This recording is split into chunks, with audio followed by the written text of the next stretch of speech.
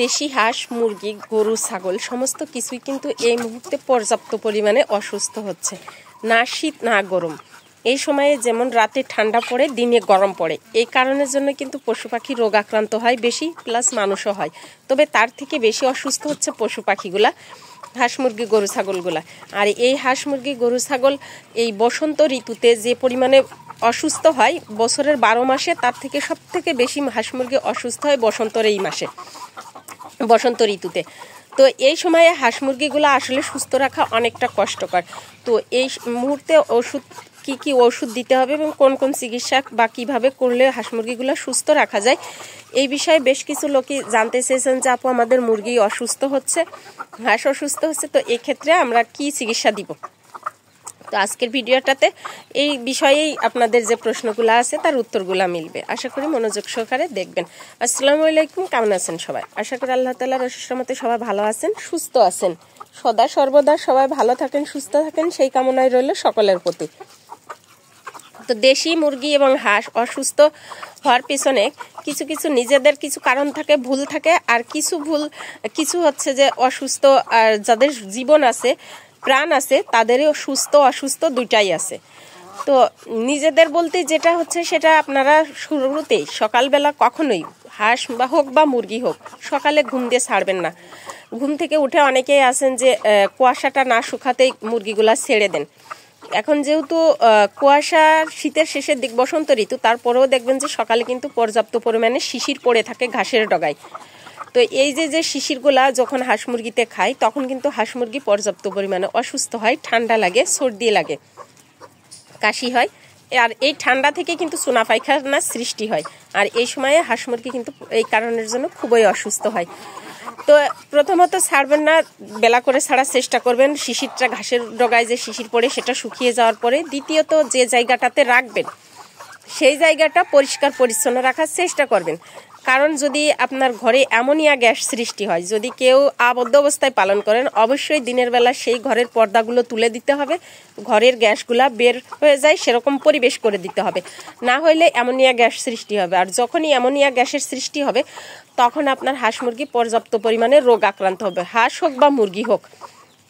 Ammonia gas থেকেই আপনার রানীক্ষেতের মতো ভাইরাস, আরও অন্য যে ভাইরাসগুলো আছে, এই ভাইরাসগুলো কিন্তু সৃষ্টি হয়। আর এরটার থেকে বাঁচতে হলে আগে যে কাজটা করতে হবে, অন্য সময়ে মুরগি অসুস্থ হোক, ঠান্ডা লাগুক, সেটা চিকিৎসা আছে, কিন্তু রানীক্ষেত একবার আক্রান্ত হলে সেটা চিকিৎসা করা খুবই টাফ এবং বাঁচানো কষ্টকর। আচ্ছা, এছাড়াও আপনার হচ্ছে গুটি বসন্ত এই সময়ে দেখা দেয়। এই যে গুটি বসন্তগুলো দেখা দেয়, এগুলো দেখা দেয় অতিরিক্ত মশার কারণে। দেখেন এই সময়ে এখন যে চতুর্দিকে পর্যাপ্ত পরিমাণে কিন্তু মশা, কারণ ধানটা যখন হয় ওই সময়ে দেখবেন যে ওই পানিতে পরিমাণে মশার সৃষ্টি হয়। তো এই সময়ে মশার উৎপাতও বেশি। মশাই যত কামড় দিবে হাঁস মুরগিকে তত কিন্তু হাঁস মুরগির বসন্ত হবে। এই ব্যাপারে আপনারা হয়তো অনেকে বলতে পারেন যে আপু মুরগিকে আবার মশামুক্ত রাখবো কিভাবে? আর মশা তো হাঁস মুরগিকে কামড় দিবেই, আমাদের তো হয় না, হবে, তবে মশায় কামড়ালে আপনার গুটি বসন্ত হবে, এটা নিশ্চিত। আর এছাড়াও আপনার হাঁস মুরগিগুলো সঠিক পরিচর্যা, সঠিক ভ্যাকসিন যদি না করানো থাকে তাহলে এর থেকেও গুটি বসন্ত বা ফাউল পক্স হওয়ার সম্ভাবনা থাকে। তো এই যে বিভিন্ন সমস্যাগুলো হয়ে থাকে, কিছু নিজেদের ভুলে আর কিছু হয়ে থাকে রোগ আক্রান্ত, আল্লাহর হুকুম যখন হয় তখন তো কিছু করার থাকে না। তো নিজেদের যত্ন করতে হবে, তারপরে ভাগ্যের দোষ দিতে হবে। যাই হোক, এখন সুস্থ এবং অসুস্থ দুই ধরনের মুরগিকে কোন ধরনের চিকিৎসা দিবেন এই ব্যাপারটা একটু আপনাদের সাথে শেয়ার করি। সুস্থ মুরগির ক্ষেত্রে এক চিকিৎসা, আর অসুস্থ মুরগির ক্ষেত্রে আর একটা চিকিৎসা। কারণ আপনারা অনেকেই কিন্তু অসুস্থ বা সুস্থ একই ওষুধ প্রয়োগ করেন, আসলে এটা হবে না। যখন রোগ কম থাকবে তখন চিকিৎসা একটা দিবেন, যখন বেশি হবে তখন আর একটা। তো এইখান থেকে আমি আর একটা ওষুধের কথা বলবো, সেটা হচ্ছে যে এই যে ওষুধটা অ্যামোক্সিসিলিন সিবেট, এই ওষুধটা কিন্তু আপনাদের এর আগেও পূর্বের ভিডিওতে দিয়েছি। তবে একটা জিনিস আমার খুব খারাপ লাগছে, যে আমার মনে হয় ভিডিওটা যদি মনোযোগ সহকারে আপনারা শুনতেন তাহলে হয়তো এই সেম প্রশ্ন আপনারা বারবার করতেন না, যে আপু অ্যামোক্সিসিলিন ওষুধটা কতটুকু দিব এবং কি পরিমাণে দিব। এটা কিন্তু আমি বারবার বলছি যে 1 গ্রাম ওষুধ 1 লিটার পানিতে, এই ওষুধটা 1 গ্রাম ওষুধ 1 লিটার পানিতে। সবসময় এর জন্য আমি বলে আসছি। আচ্ছা, যখন আপনারা মুরগি আবদ্ধ অবস্থায় পালন করবেন তখন পানির সাথে দিবেন, আর যখন দেখা যাচ্ছে যে আপনারা মুরগি ছেড়ে পালন করবেন, অর্থাৎ এইভাবে ছেড়ে পালন করবেন, পানি যদি খাওয়ানোর পরিবেশ না থাকে, কারণ ছেড়ে দেওয়া মুরগি কিন্তু বেশিরভাগ সময়ই দেখবেন যে যেখানেই একটু পানি পায় সেখান থেকেই কিন্তু খেয়ে নেয়, আর আবদ্ধ অবস্থা মুরগি যে ওষুধের পানিটা দেওয়া থাকে সেটাই কিন্তু খেয়ে নেয়। তো এই কারণের জন্য যারা ছেড়ে পালন করবেন তারা যে কাজটা করবেন সেটা হচ্ছে যে একটু গরম ভাত দিবেন, গরম ভাতের ভিতরে ওষুধটা দেওয়ার চেষ্টা করবেন। তো গরম ভাত বলতে আপনারা কিন্তু যে ধোয়া ওঠে গরম, সেই গরম ভাতে দিবেন না, গরম ভাতটা ঠান্ডা করে, অর্থাৎ বাসি ভাতে দেবেন না। অনেক সময় আছে যে ঠান্ডা বলতে বাসি বুঝাবেন, বাসি ভাতে দিবেন না, গরম ভাতটা ঠান্ডা করে তার উপরেই আপনারা এই ওষুধটা প্রয়োগ করবেন। এই ওষুধটা দিবেন 1 গ্রাম ওষুধ 1 লিটার পানিতে দেওয়ার নিয়ম, তবে আপনি 1 গ্রাম ওষুধ ভাতের মধ্যে দিবেন।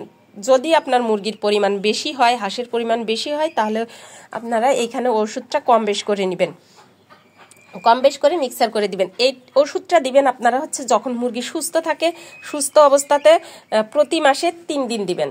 প্রতি মাসে যদি সুস্থ অবস্থাতে এই ওষুধটা 3 দিন ইউজ করেন, তাহলে আমার মনে হয় যে পরবর্তীতে হাঁস মুরগির রোগ আক্রান্ত খুবই কম হবে যদি নিয়ম মেনে দেন। এবং প্রতি মাসে এটা 3 দিন দেওয়ার পরে 1 দিন দিবেন হচ্ছে আপনার রেনামাইসিন। আর রেনামাইসিন ট্যাবলেটটা চিনে না এমন কোনো মানে হয় না যে যারা হাঁস মুরগি পালন করে এমন কোনো লোক নাই, তো রেনামাইসিনটা দেওয়ার চেষ্টা করবেন 1 দিন। তো এইভাবে নিয়ম মেনে দিলে কোনো রোগ আক্রান্ত হওয়ার সম্ভাবনা থাকবে না। তারপরেও যদি হয়ে যায় তাহলে সেক্ষেত্রে দেখা যাচ্ছে যে আপনি এটা ট্রাই করতে পারেন।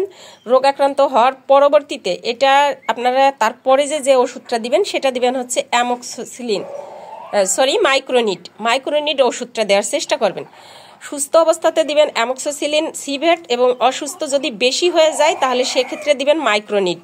তো মাইক্রোনিট ওষুধটা দিবেন, দিলে পরে ওই ওষুধটার নিয়মও কিন্তু ঠিক সেম। এই বিষয়ে আমার পূর্বের ভিডিও দেওয়া আছে, চাইলে আপনারা দেখে নিতে পারেন। তো মাইক্রোনিট ওষুধটাও ওরকম 1 লিটার পানিতে 1 গ্রাম ওষুধ দিবেন, আর যদি পানি না খায় তাহলে চাউল অথবা ভাত এর সাথে মিক্সার করে আপনারা দিতে পারেন।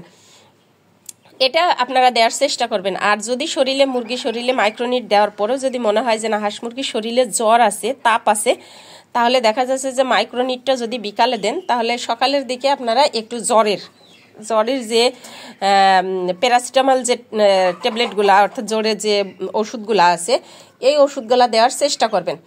আচ্ছা, এর পরবর্তীতে যদি মুরগির শরীরে আপনাদের মনে হয় যে না ঠান্ডা আছে, তাহলে ঠান্ডার জন্য মানুষের যে ঠান্ডার ওষুধটা খায় এটা আপনারা দিতে পারেন, তাহলে আল্লাহর রহমতে সেটা থেকেও আপনারা বাঁচতে পারবেন। ঠান্ডার কারণের জন্য কিন্তু সোনা পায়খানা করে। তো আপনারা এইভাবে নিয়ম মেনে ওষুধগুলা প্রয়োগ করলে আমার মনে হয় অনেকটাই হাঁস মুরগি সুস্থ হবে। কিন্তু এখন যে পরিমাণে হাঁস মুরগি অসুস্থ হচ্ছে, আসলে এটা থেকে মানে চিকিৎসা করেও মনে করেন যে টিকানো কষ্ট হয়ে যাচ্ছে, আর সেখানে যদি চিকিৎসা না করানো হয় তাহলে তো টিকানো আরও টাফ। তো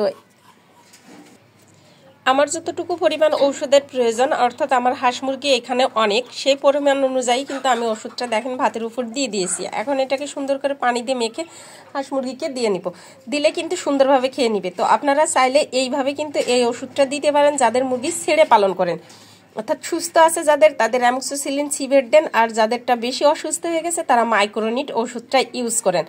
এই ওষুধটা কতদিন দিবেন সেটা মাইক্রোনিটটা আমি সেটাই ভিডিওটা তো এইভাবে যদি ওষুধটা মিক্সার করে দেওয়া যায় তাহলে কিন্তু দেখেন খেয়ে নিচ্ছে, কারণ এদেরকে ছেড়ে পালন করা হয়, এদের কিন্তু পানি দিয়ে রাখলে খাবে না। তবে হ্যাঁ, এই যে ছোট বাচ্চাগুলা দেখতে পাচ্ছেন, এই বাচ্চাগুলাকে যখন আমি আপনার আবদ্ধ রাখি তখন কিন্তু আমি পানিতে ইউজ করি, আর অন্য টাইমে যখন ছেড়ে দিই তখন আমি ভাত বা চাউলের সাথে দেওয়ার চেষ্টা করি। তো এইভাবে দিলে কিন্তু ওষুধটা খেয়ে নিবে। আর আপনারা বারবারই বলেন যে আপু ওষুধ কতটুকু দিব, তো মাইক্রোনিট ওষুধটা যখন রোগ আক্রান্ত হয়ে যায় তখন কিন্তু আপনারা ওটা 1 গ্রাম ওষুধ 1 লিটার পানিতে দিবেন, যখন রোগ আক্রান্ত হয় তখন দিবেন 5 দিন, আর যখন সুস্থ থাকে তখন অ্যামোক্সিসিলিন দিবেন আপনার 3 দিন।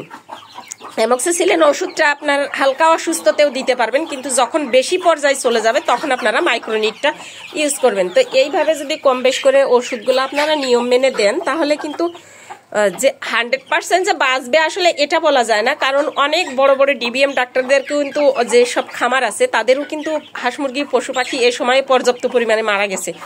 আর এটা যদি আপনারা নেটে ঢুকে থাকেন তাহলে অবশ্যই বুঝতে পারবেন, দেখতে পারবেন, বা বাড়ির আশেপাশে দিকে যদি একটু লক্ষ্য করেন তাহলে বুঝতে পারবেন।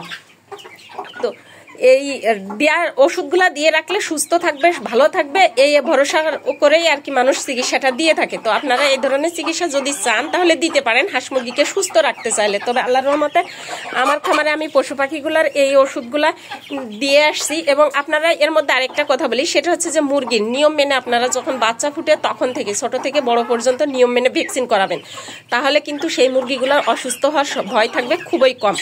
তো এই ছিল আজকের ভিডিও, দেখা হবে অন্য কোনো ভিডিওতে। সে পর্যন্ত সবাই ভালো থাকবেন, সুস্থ থাকবেন। আল্লাহ হাফিজ।